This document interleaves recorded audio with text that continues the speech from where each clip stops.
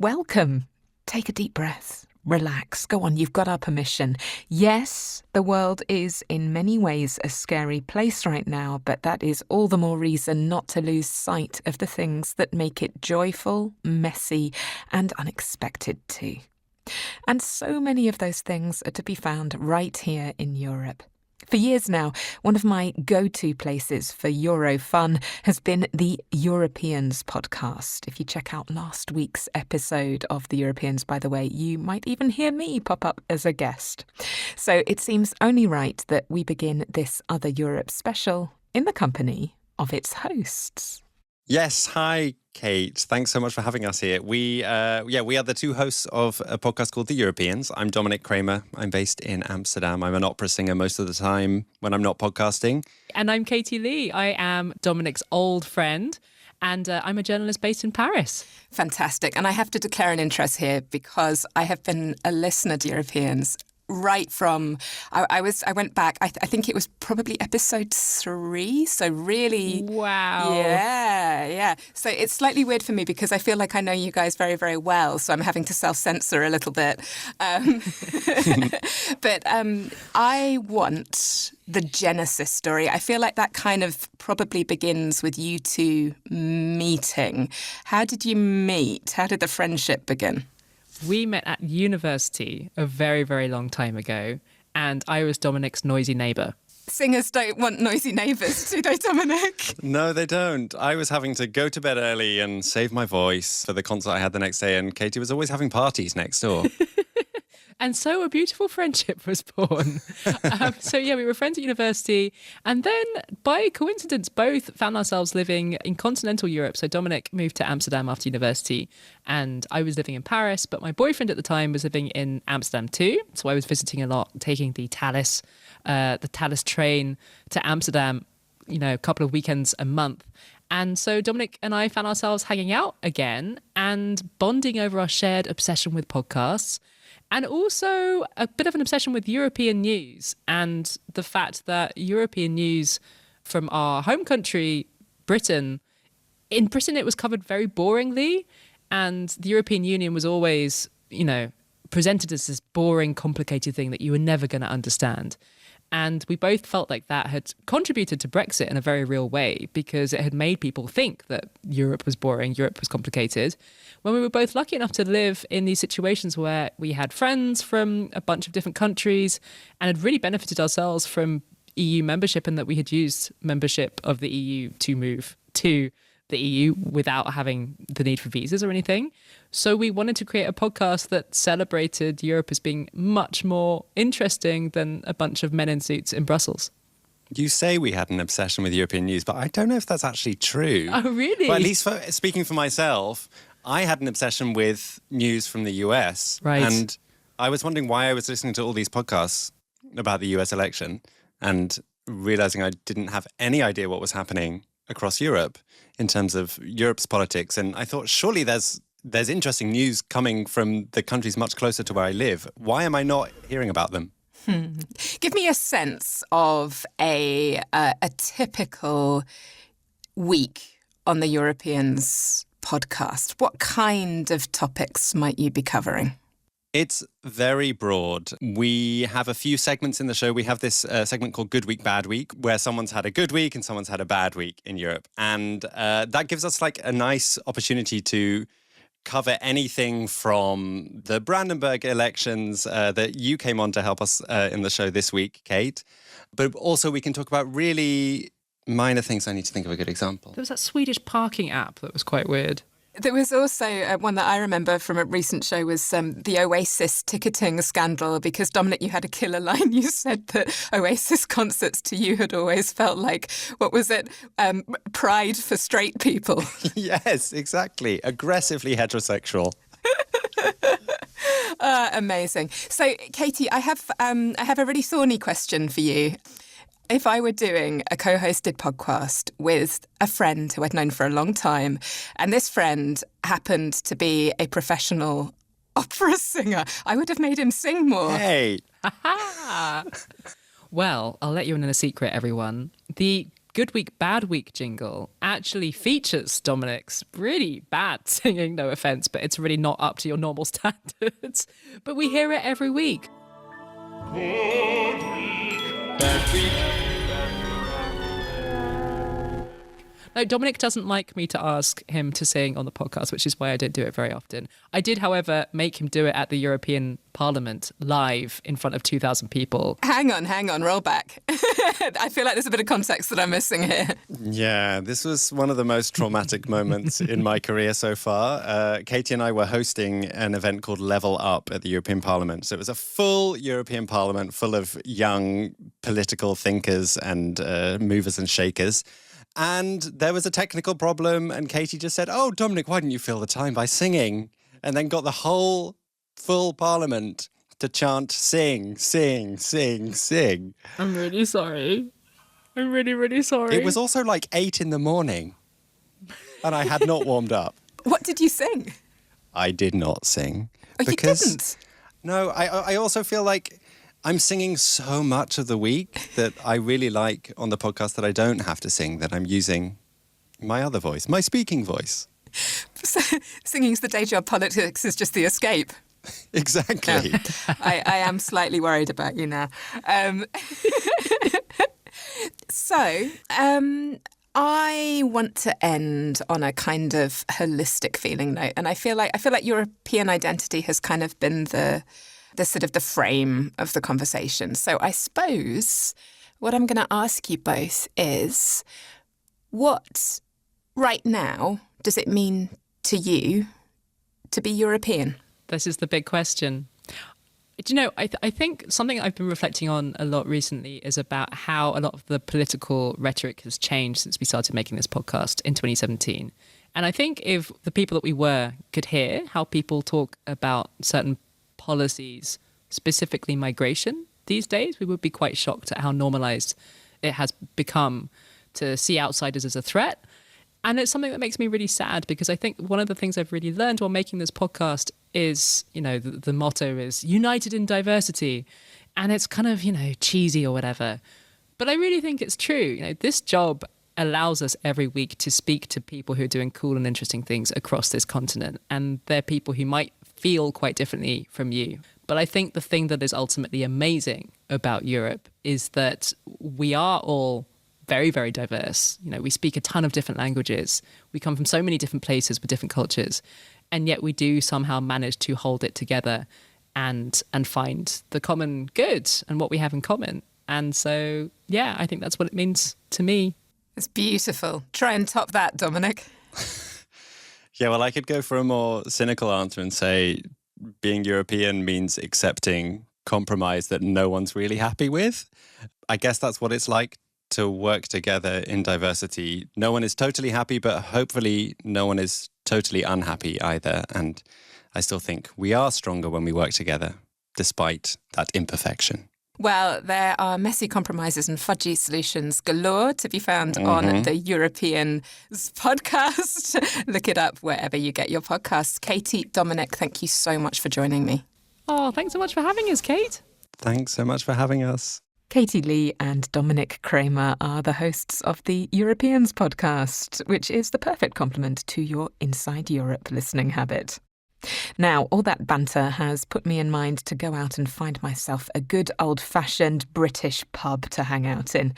The only problem is they're getting scarcer by the day.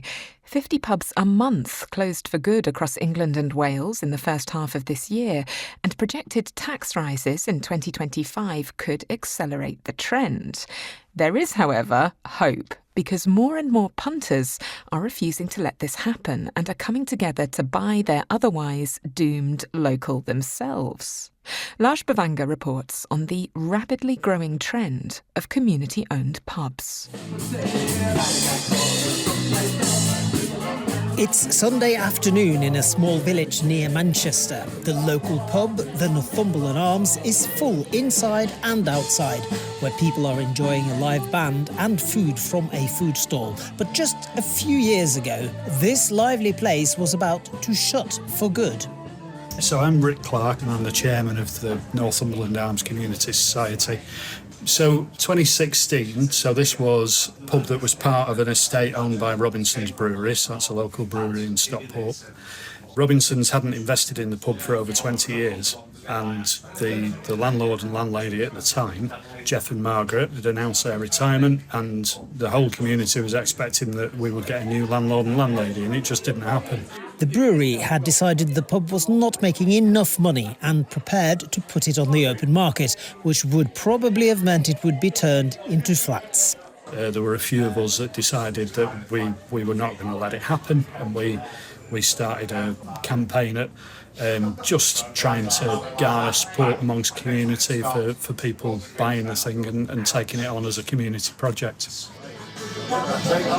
In just a few months, Rick and fellow locals had set up a shares scheme and raised more than €350,000, enough to buy the pub and have spare capital to make necessary improvements. Since then, this pub has gone from strength to strength.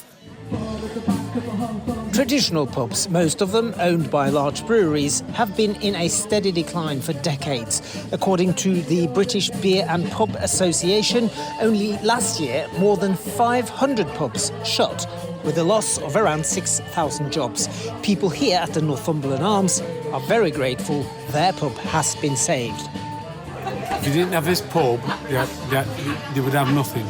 Too many closing down, so I think it's the heart of the community. I don't think my mum and my stepdad would come out and make friends in the way that they have. They'd be sitting at home doing nothing if it wasn't for the places like this. We're up to 182 community pubs now, so just shy of 200 pubs. And it's become the biggest, the growth area in the community ownership and cooperative sector in the UK. James Alcock is the CEO of Plunkett UK, a charity supporting community businesses across the UK. Over a 5-year period, their project, More Than a Pub, helped more than double the number of community-run pubs here. And this is far more important than just keeping open a place where you can have a pint of beer. Rural communities in particular have seen such an erosion of services and public spaces that very often the village pub is the last place that's open that they can go to at any time of the day or evening and meet their neighbours. And when that comes on the market, or it's threatened of being turned into a housing development, for example, it's a real attack on the community's sense of belonging, and it's part of their identity. That is also why many community-run pubs are offering a range of other services alongside the traditional pub experience. So some of them will include shops, post offices, cafes. We have one community pub in Lancashire that's used as a local church on a Sunday. And then there's also the important use of the outdoor space as well. So we've seen community pub gardens being used for allotments, growing projects, meeting spaces. A place for the community to come together and congregate and get to know each other. So number 21, which US state is named after Queen Elizabeth I? Back at the Northumberland Arms, landlord Phil Jarvis leads the weekly quiz. This pub too now offers a lot of other activities. Every Thursday we have street food, so we have street foods from around the world, varying from like Sri Lankan, Malaysian, pizza guys. We hold a beer festival in the beginning of May, and then during the summer we also have lots of live bands on. We have a walking group, a running group, we're starting a chatty group. It's where people can come, if they're lonely, come meet people, get a cake, a cup of tea, biscuits, and it's like a place for people to meet up and talk. The chair of the pub's board, Rick Clark, says despite having so far been a roaring success, this community-run pub is not resting on its laurels. We've got an ambition to turn the pub into a cafe during the daytime. We collect food for the local food banks. There's lots of different activities that kind of centre around the pub, because it's not just a pub, it's not just a place that sells beer, it's a real kind of centre of the community. Lars Bevanger, DW, at the Northumberland Arms, near Manchester. Laj Bavanga's local, by the way, just won Best Pub in the Greater Manchester area in competition with 2,100 other pubs, so cheers to that. I'm Kate Laycock in Germany. You're listening to Inside Europe. Well, I started out in June,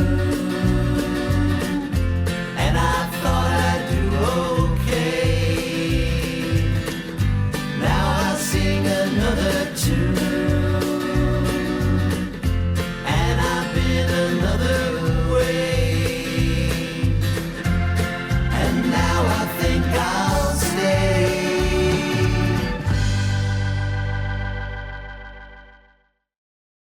Time now to share with you a unique story which I happened to stumble upon quite by chance. So earlier in the year, I was casting around for journalists in Iceland who might be able to talk to me for a political story focused on their new Prime Minister. I was put in touch with Andy Sophia Fontaine, then a reporter, now editor at the Iceland Review. After the interview, we got chatting and I asked Andy Sophia, who was born in the USA, what had brought her to Iceland in the first place. Nothing could have prepared me for her answer or the story that followed. So here it is, in her own words. I'm a practicing pagan, a witch, and have been since 1994. And in 1997, I was in a bookstore in Baltimore, where I'm from, and I stumbled upon a book about Alsatru. And Alsatru is based on the original faith of the Norse peoples, you know, Odin and Thor and Freya and all them. But of course, this is a neo-pagan version of it. And there's many different varieties of Alsatru. For clarification, I was interested in the not racist version of Alsatru. Because there are like branches of Alsatru, they're typically called Odinists or Wodinists, who are white supremacists. And like, I, of course, was not interested in that, but I was interested in this neo-pagan faith. And I was like, oh, this is really fascinating because they've derived a lot of their beliefs and practices from the writings of the Norse people. And in this book, it erroneously said that Icelandic, the language, has not changed since those days, that it's basically Old Norse. And so I thought to myself, well, if I learn Icelandic, then I'll be able to read these writings in their original language, which will, I don't know, take me to like a higher spiritual plane.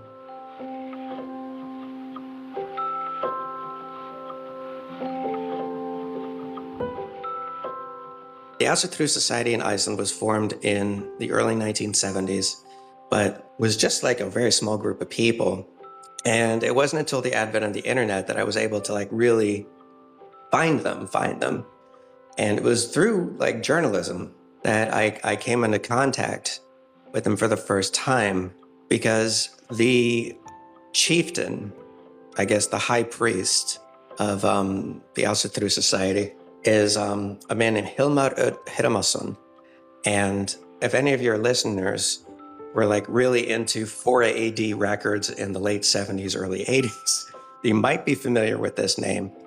That's what led me to meet him for the first time, actually. This very sweet, soft-spoken man who happened to be the chieftain of the Alsatru Society in Iceland. I'm very much an introvert, but when it came time to get married, I could think of no one else that I wanted to officiate than this guy. It ended up being like so much more beautiful than I could have ever imagined. It was just an extremely magical event.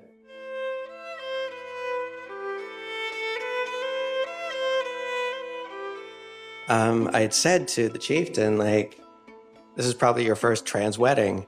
And he was like, no, it's not. Like, very nonchalant about it. So I don't know. A lot of us just generally feel more welcomed by pagan community or Fríkirkjan, which is an unaffiliated Lutheran church. Like, there's a national church in Iceland, and they have not exactly been known to be very queer-friendly. But the unaffiliated Lutheran church, Fríkirkjan, are extremely queer-friendly. And so a lot of trans folks, I imagine, are also there.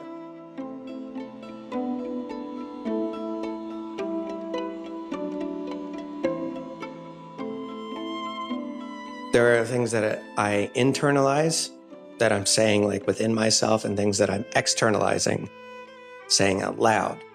And naming a thing to myself internally, I am anchoring myself to it and attaching myself to it.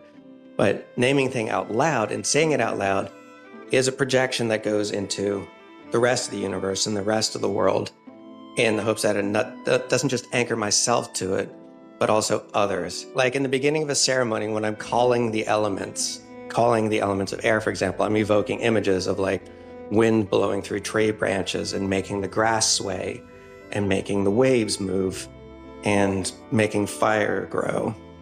Externally, I call upon the elements of air to witness this ceremony and to lend your strength.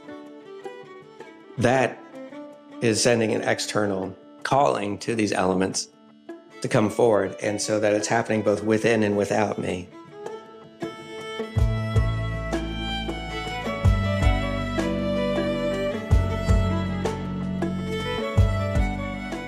The fall equinox, like anywhere else in the northern hemisphere, is the last time that sunlight and night are going to be in equal proportion. After that point, night is taking over. And so that's when you have to prepare for the darkness. And that's why like the metaphorical harvest is really important. In the old days, when people practice this faith, and that harvest will keep you fed through the darkest part of the winter, just as in the literal sense back then, in the metaphorical sense today, that's what keeps me going as the days begin to get darker. And when the winter solstice comes, I think is like the most important holiday for me because at that point, that is the darkest it's going to get. That is the longest night of the year. And you know that from that point on, the sunlight is going to increase by however small a fraction at first, like seconds a day. The long periods of darkness when like daylight is 4.5 hours, it can really get to you, you know? Being able to have that harvest to keep in mind and hold in your heart, to know that like, okay, yes, I'm in the darkest part of the year, but on this day in December, the days are going to get light again. So I just have to hang in there until then. Even if you have not a spiritual fiber in your body, from a mental health perspective and just an emotional health perspective, it's really good to be able to recognize these parts of the year, especially if they're pretty tough on you, you know?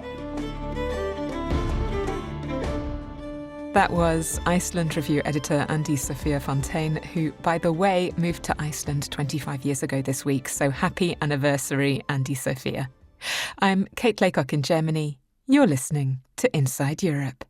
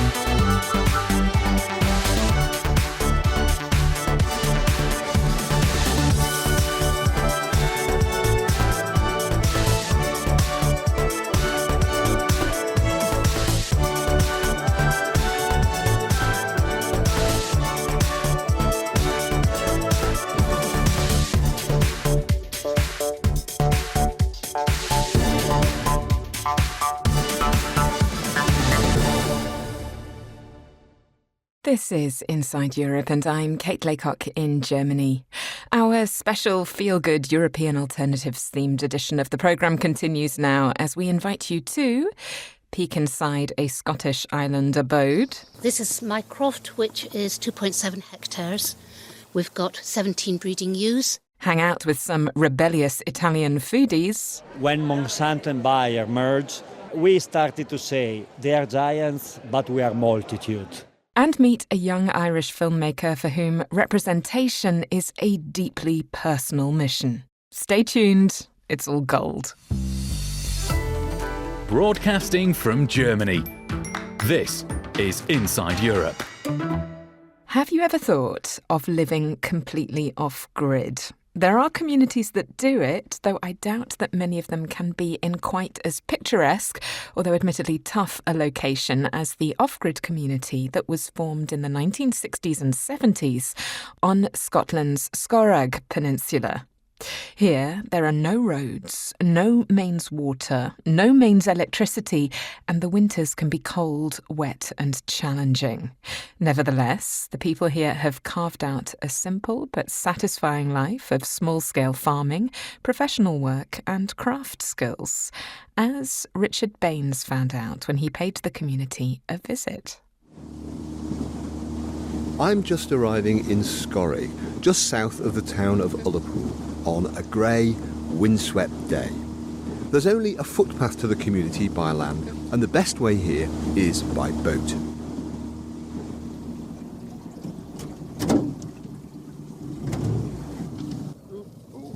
Right.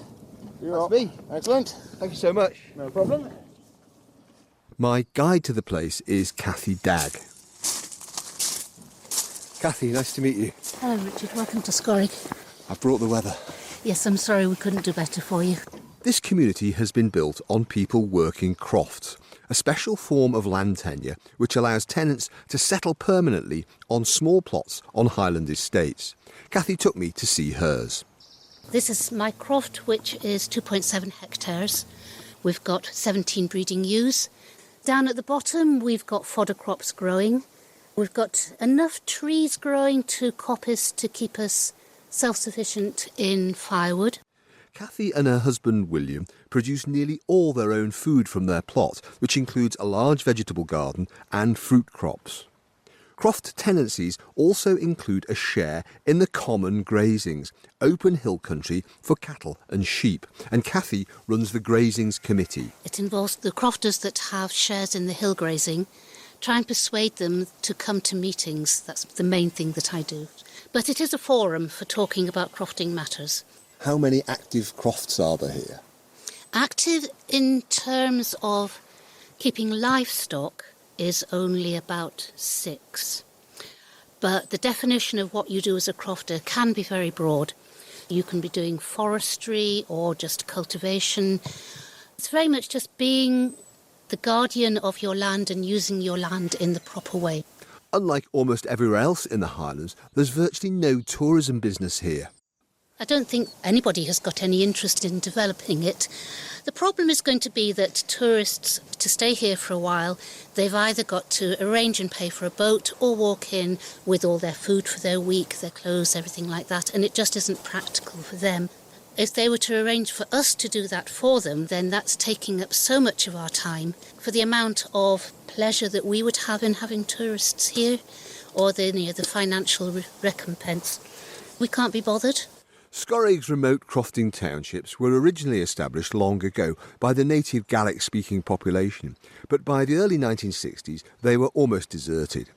Katy was one of a new wave of people arriving here in the 1960s and 70s who wanted to get back to the land. Hugh Piggott and his Danish wife Ute also made their way here at that time. So this is my workshop. There's all sorts of little jobs.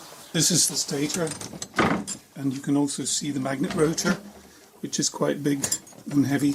We had very young children and a bit worried about them knocking over a candle and starting a fire or something. And it became more attractive to have electric lighting. Hugh taught himself engineering and soon established a niche creating wind turbines. Alan Bevitt, the violin maker, had managed to make himself a wind turbine. So I thought, well, it should be pretty straightforward. How hard can it be? And it turned out to be really hard to get something that would actually work. Once I'd managed to make one, everyone else noticed that it worked. So they asked me to make one for them as well, and it kind of went from there. This is a solid-state relay that diverts the energy into hot water. Hugh's know-how, developed here, has since helped spread simple, renewable power far and wide. Ever since the internet was invented, really, I've been networking with like-minded people all over the world. For 10 years or so, I was travelling around teaching build-your-own wind turbine courses in places as far away as Nicaragua and Sri Lanka I prefer to stay at home now, and the internet's really wonderful. I can be of great assistance to some farmer in South Africa installing a hydro turbine, just as if he was here on Scoraig, really. We've got a scroll ready for the next instrument. So this is the head of a violin with all the expected holes and fluting. So this is the starting material. Alan Bevitt, that violin maker that Hugh mentioned, is still here and says his is an ideal business for this place. It's a relatively high value, low volume item, because of the difficulty of remote location. Large, heavy items, you're at a disadvantage than someone working in a city. But you can obviously box up your violins. Yeah, and send them. yes, that's right. Yeah. I used to be a 9-to-5 scientist, and I've been a part-time violin maker. And we met someone who lived on Scoraig, and it sounded an interesting place. So I came up with my family. And your wife, Jill, and 2 children at that time, later 3. And we got hooked on the idea of settling here and violin making. Crofting alone, of course, is not intended to be enough to support a family.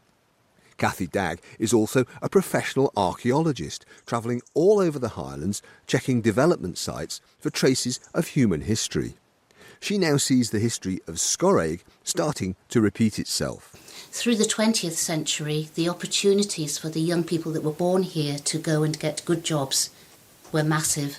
That eventually left an aged population here. And it's very, very hard work being aged here if you haven't got the youngsters.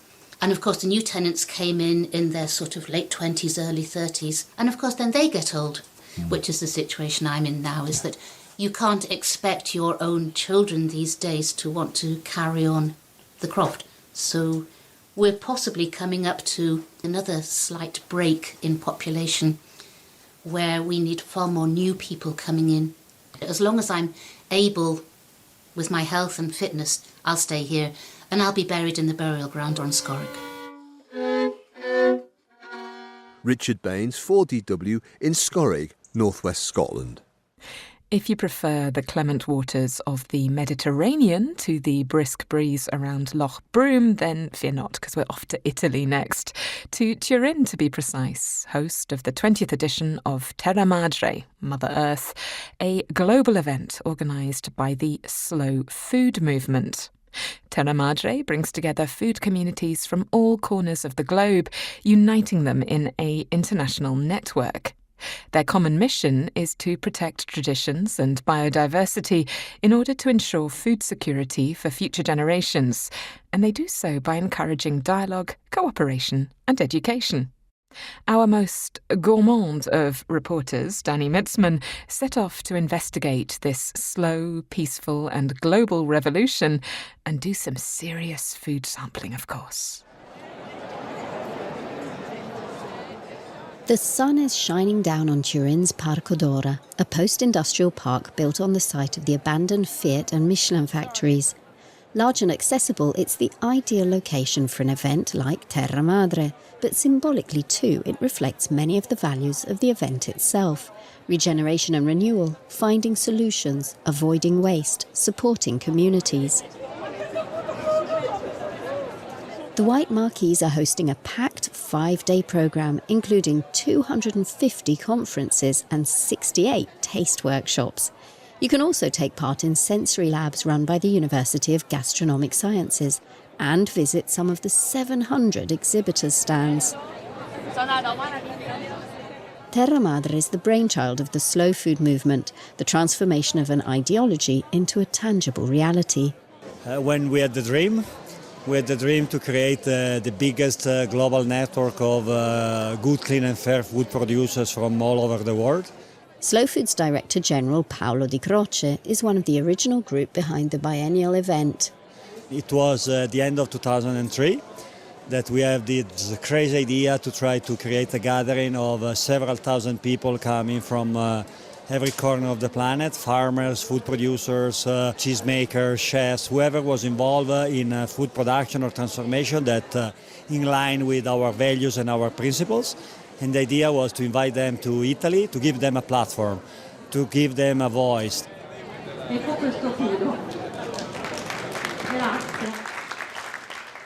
Fast forward 20 years and the original idea's impact is clear. You know, I met so many people in my life after the first edition of Terra Madre traveling that they told me, Terra Madre changed my life. The main reason was we understood that we are not alone.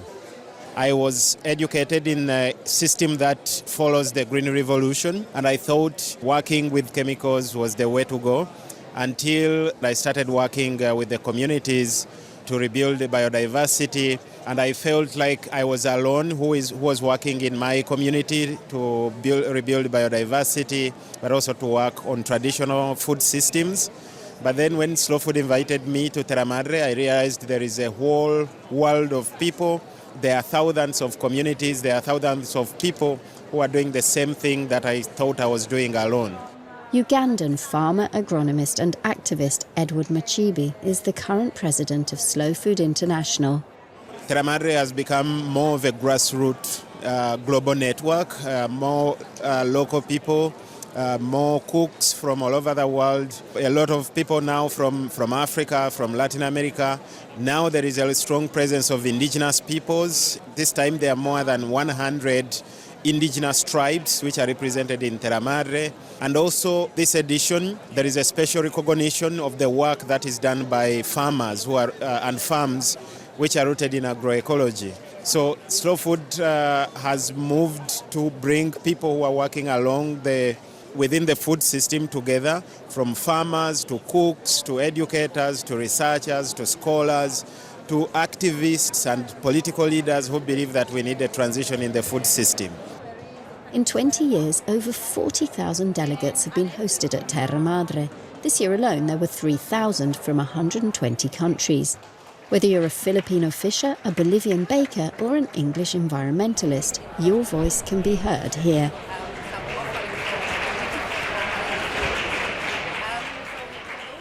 I'm Bobby Grégoire. I'm a consulting chef in food waste and also content creator to integrate more wild foods to our menus. And I'm also international counselor for Slow Food in Canada. Slow Food basically is a network of relationship. So it's a way to empower citizens to take action, take the lead, and also find creative solution to the problem that we face locally every day. Here we have the wealth of resources accessible, and every time we go back home, we're always energized and exploding with 1,000 projects that we can make happen. My name is Desislava Dimitrova and I'm from Bulgaria. I'm a researcher and the coordinator of Slow Food in my country. An ethnobotanist and biologist, she's been involved in Terra Madre since its inception, working with local communities in Bulgaria and the Balkan region. Food is an amazing tool for communication. Also, it's a very exciting research topic because food reflects all aspects of life, of nature, of our interaction with nature, and it gives many answers if you have the right ear to listen.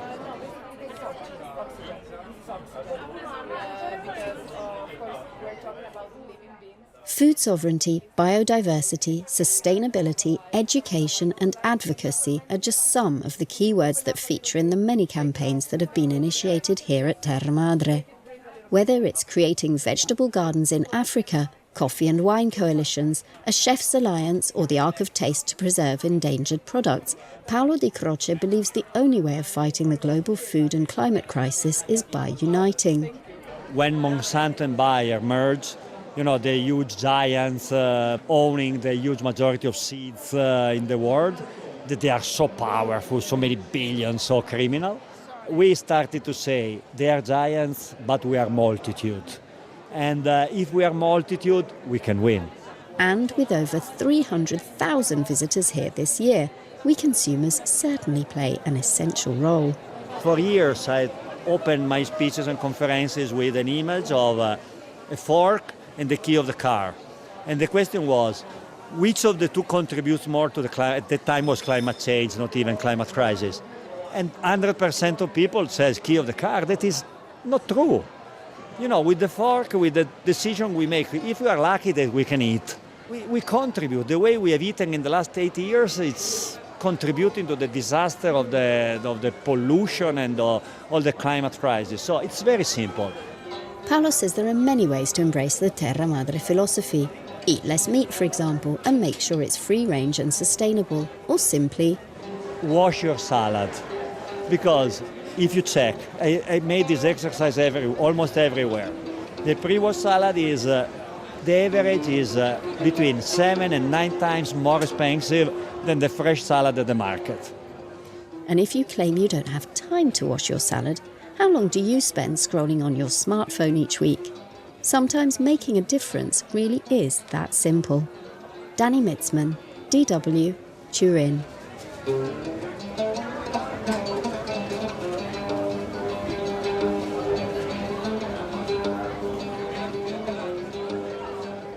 Somehow I find Danny Mitzman far more convincing when she's talking about chocolate than when she's talking about salad. But, you know, maybe that's just me.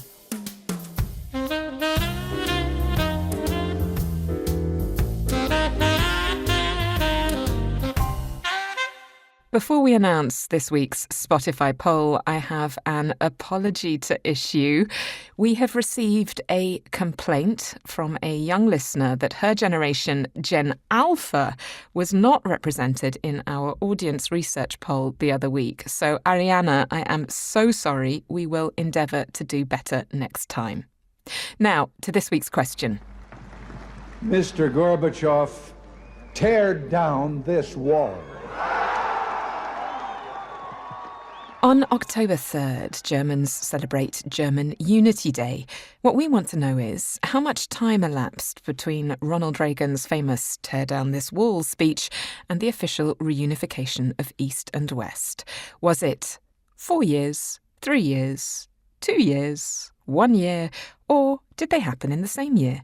Head on over to Spotify to take part in the poll. Inside Europe is, of course, available on all the other usual platforms, including YouTube via DW's podcast channel. I'm Kate Laycock in Germany. You're listening to Inside Europe. We are the dreamers and the party queens. I just wanna be myself for a day. Follow me and no one else today. Stand up and throw down your guns. A new generation run when we tell you to run. Let's start a revolution. Finally this week, a real treat as we continue our series in partnership with the One Young World Summit, in which we're profiling the voices of One Young World's European ambassadors, young leaders in the fields of culture, politics, science, and much more besides.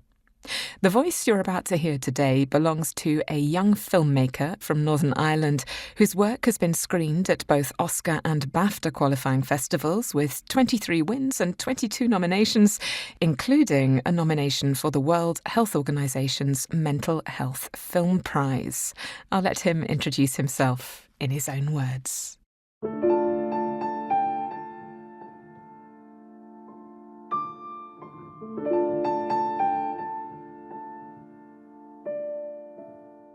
Hi everyone, my name is Oisín-Tomás ó Raghallaigh.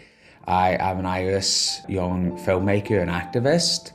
So on the film side, I like to make short films to tackle social issues because I think that's really powerful. And then on the activism side, I've worked since I was young in youth work and then transitioned into lobbying on the children's human rights front to advocate for children's human rights here in the north of Ireland, Northern Ireland.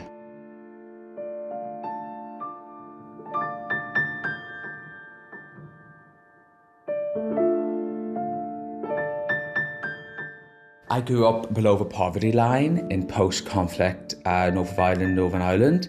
It was difficult growing up in a housing estate with limited funding. You know, my mother's a single mother with a disability, unable to work. So I think those feelings of facing difficulty and also my own difficulties with regards to growing up with a disability, having a speech impediment and sort of feeling voiceless because of that. I think that ingrained in me a sense of wanting to fight for justice, fight for young people's empowerment, and see stories on screen that I can relate to and that I think other people need to hear.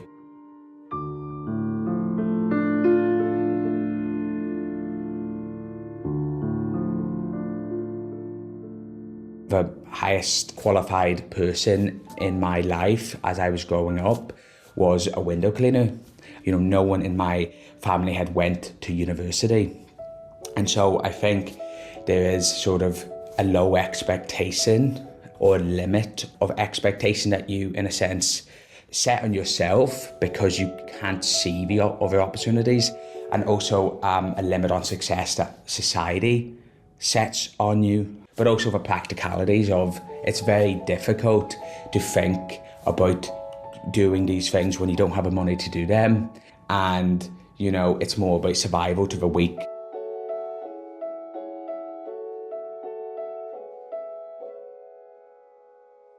I was lucky in a sense that I went to a very good school that really supported me. You know, I had such low confidence that, you know, I was fighting my school to try and drop out of my English literature class because I felt I wasn't good enough, and I really had low confidence in my academic abilities. And it was a really incredible teacher called Miss Fitzgerald actually that fought with me in the most loving and kind way, and sort of tried to say, actually no, you can do it. You have wonderful capacity, I believe in you, and you have to believe in yourself. I also, because I have a disability, I had a wonderful classroom assistant who again helped me engage in education in a way that I couldn't have myself. And you know, I always look back and say, if it wasn't for Miss McColgan, my classroom assistant, I would not have made it through school. I also engaged in wonderful youth services that showed me ways that I can empower myself and lobby and advocate for children's human rights. Without children's youth services and incredible youth workers, I never would have got into that field because I wouldn't have even known how to navigate those spaces. And then finally, when it comes to filmmaking, there's a wonderful scheme here called the BFI Film Academy, which I took part in many years ago when I was still a young child. I was 16 years old. And that really, again, brought me into a space that felt so foreign, because it is one thing to love film and see it as a powerful mode, both of escapism and storytelling that reflects yourself, and seeing it is really powerful. There's another thing in believing that you can actually do it. And the BFI Film Academy showed me that space and gave me the tools to navigate the big world of storytelling, to actually see that no matter what your economic or socio-economic background is, you actually can succeed in film. It's going to be very difficult, and there are significant structural barriers, but the BFI Film Academy is a wonderful scheme, because I can tell you that had I not done that scheme, I would not be where I was at today.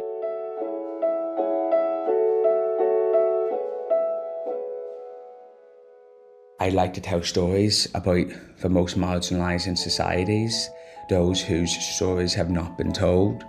I think it can be incredibly frustrating when you see media and you don't relate to it at all. You know, I tell the story about I was watching a film when I was young about a family falling down in really hard times, and the new house that they had to go into because of these really difficult financial times was about 4 times the size of my house. And immediately I don't feel seen by that. I can't relate to it. You know, I like to tell stories that are authentic. And so, you know, I've done films tackling domestic violence, poverty, the impacts of imprisonment and reform, young people's mental health. And I'm currently working on a film and seeking funding for a film that I'm really proud of called Cost, which is sort of exploring the impact of repressed childhood sexual abuse. So it is a very difficult subject, but I'm really proud of the script. It's been shortlisted on some film festivals here in Ireland, screenplay competitions. And so I'm seeking funding for that right now, which is always a challenge.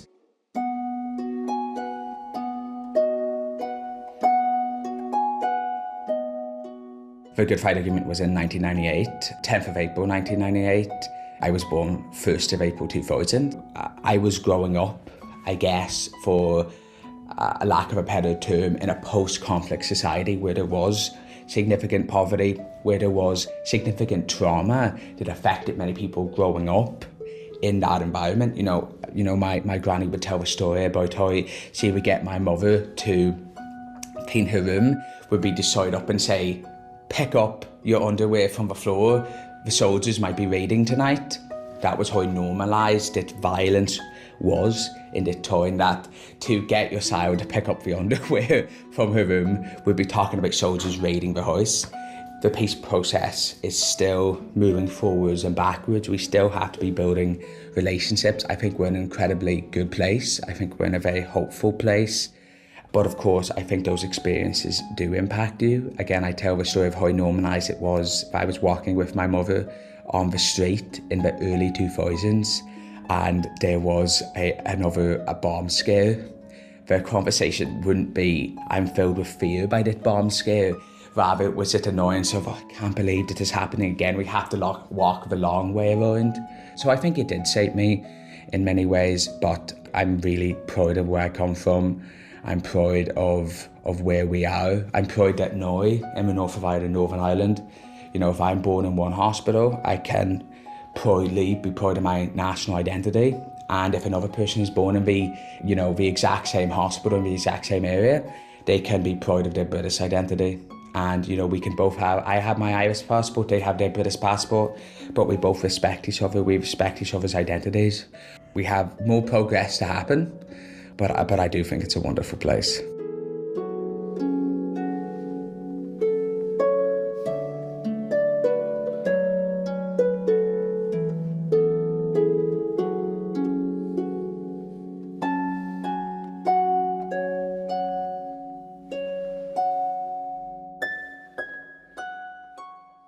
The filmmaker Oisín-Tomás O'Reilly in his own words there.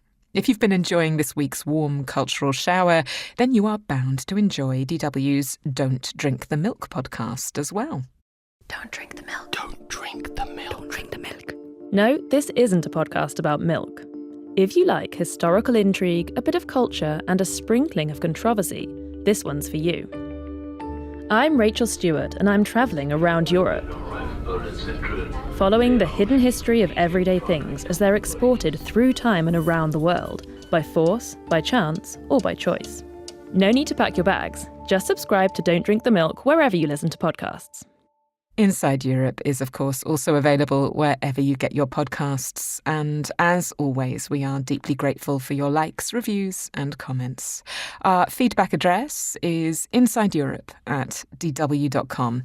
This show was produced by me, Kate Laycock, with help from sound engineers Thomas Schmidt and Jürgen Kuhn. Inside Europe comes to you from DW in Bonn, Germany.